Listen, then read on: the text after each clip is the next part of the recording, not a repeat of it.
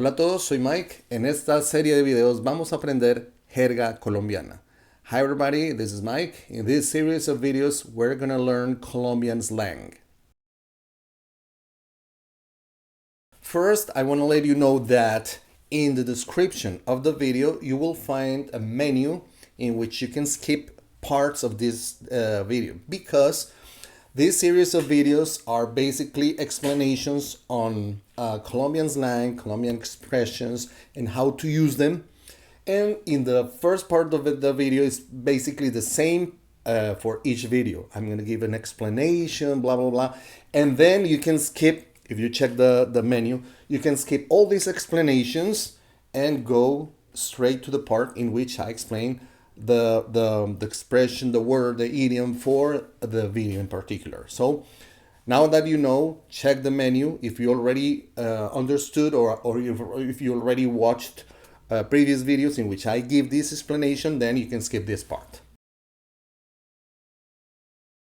When it comes to Spanish, we can think about two big differences: the Spanish from Spain and the Spanish from Latin America. It's pretty much like thinking about differences between British and American English. It's basically the same. Pronunciation, some words, some idioms, but that's it. And in Latin America, you will find also differences because of the countries, the regions.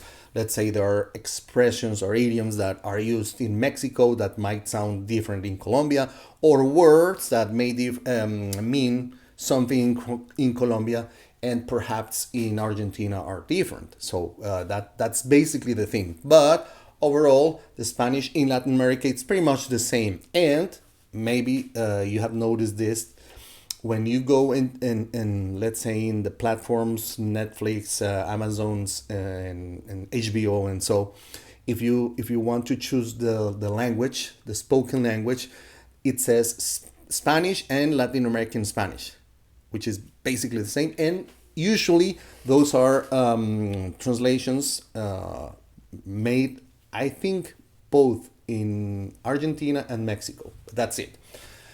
So I'm from Colombia. I live in Colombia, and the things that I'm going to teach you are basically words, idioms, expressions, slang that is used here in Colombia. You might hear those words, idioms, slangs, and stuff in different countries. I'm not going to say all of them are exclusive for Colombia, but it's for sure that if you come here to Colombia, you're going to listen those words, expressions, and this is going to help you in order to understand what you're listening to, what you're hearing, and also if you want to sound more natural, you can also start learning how to use those. As a piece of advice, if you're planning on going and moving to a country in which Spanish is spoken, the idea is for you to make sure the Spanish that you're going to learn is basically adapted to the place you're living. So let's say if you're learning Spanish from Spain and you want to go and move to Mexico, well, it's gonna help. But then you're going to go again and start learning some things about maybe pronunciation. Pronunciation might make a difference, but also the words and stuff. So if you're planning on moving to Europe, focus on Spanish from Spain. If you're planning on moving to Latin America, any country in Latin America, then go for Latin American Spanish. And once again, in this video, in this series of videos, I'm going to teach you how to talk, how to understand Colombian Spanish. So I think that's going to be it for the explanation. So let's start with today's word, sentence, phrases, idioms, slang. The word Chanda here in Colombia. Chanda is another word for sarna. Sarna, it's a disease, scabies. Usually when we say Chanda, that's the scabies for dogs, especially for dogs.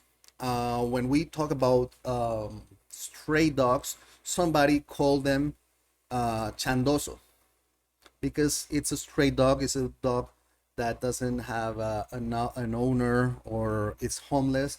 lives outside, so dirty, maybe it's got scabies, so we call that chandoso. Es un chandoso.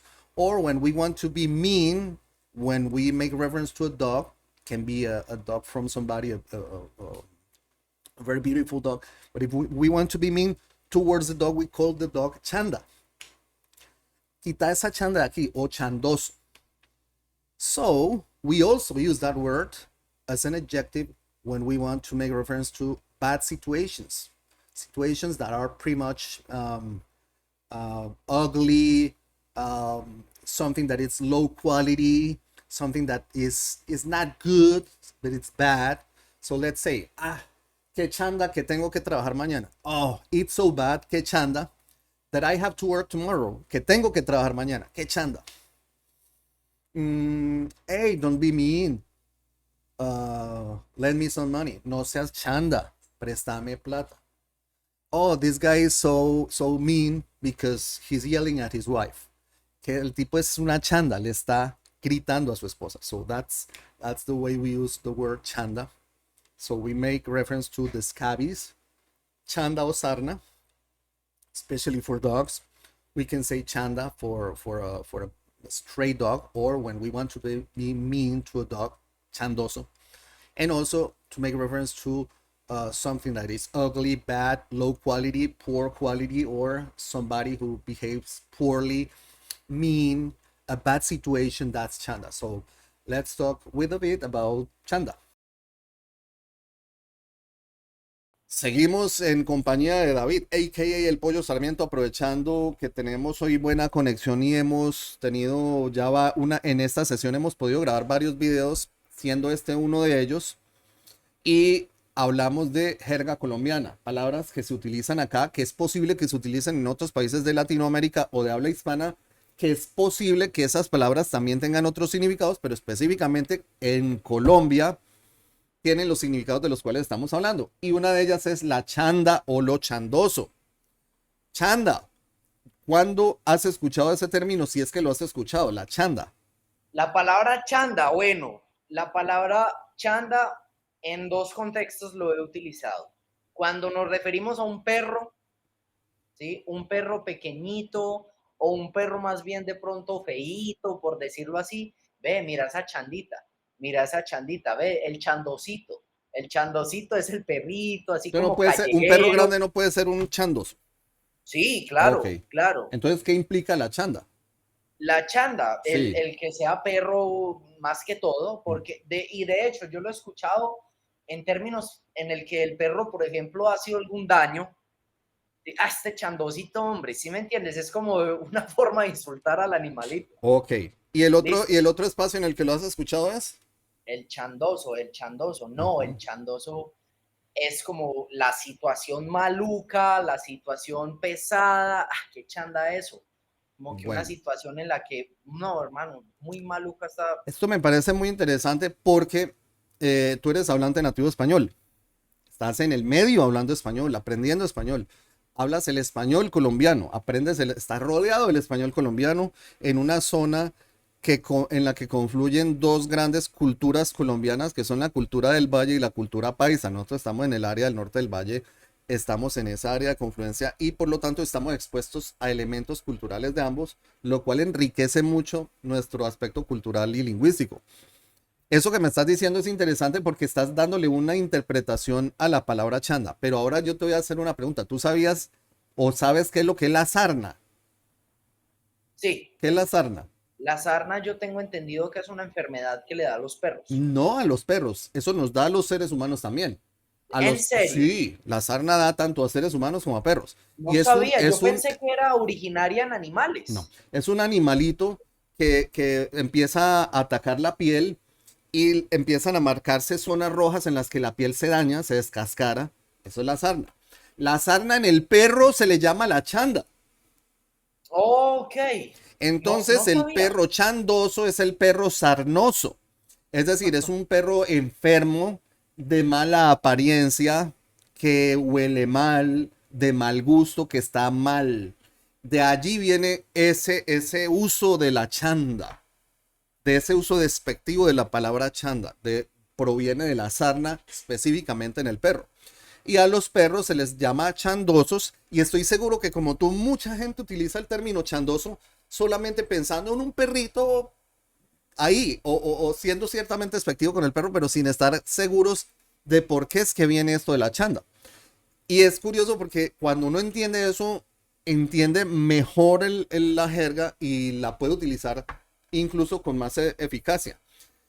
Y por supuesto eso se traslada ya a personas. Yo digo, es que el tipo ese es una chanda, que refiriéndome a que es mala persona, no es de fiar, se porta mal con los demás, es una persona mala. Es O que una es una mala persona. situación chanda o chandosa, que yo digo, no, esto es inaguantable, esto es maluco, no me gusta, pero proviene de allí.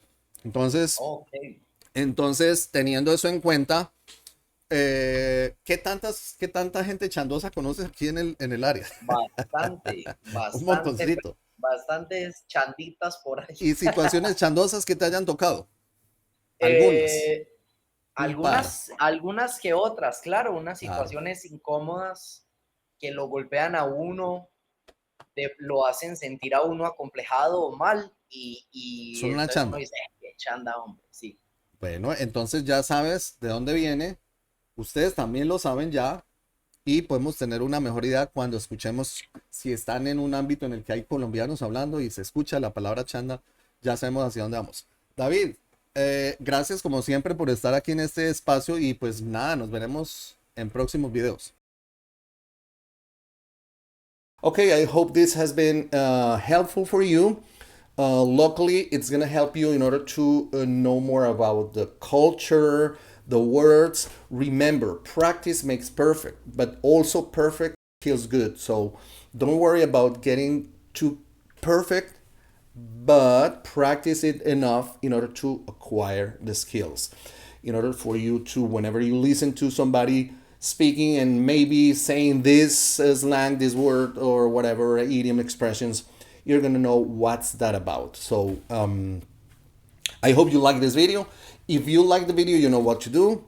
Please share with your friends in your groups and social media. And if you haven't yet, please subscribe to the channel. That's going to help us grow. And also, it's going to let you participate in the chat during the live streaming classes.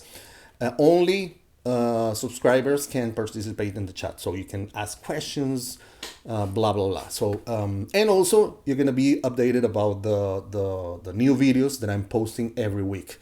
I really enjoy this process. And I really appreciate your support. And that's the reason why we also created the membership program.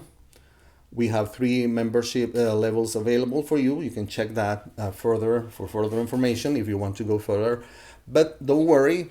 I really love this process. I enjoy this process of sharing knowledge and the things that I know that might be useful for you in your learning process. So hopefully I'm going to see you in further videos. Keep on studying, keep on learning, and nos vemos pronto. Sigan aprendiendo, sigan estudiando y sigan adelante. Bye bye.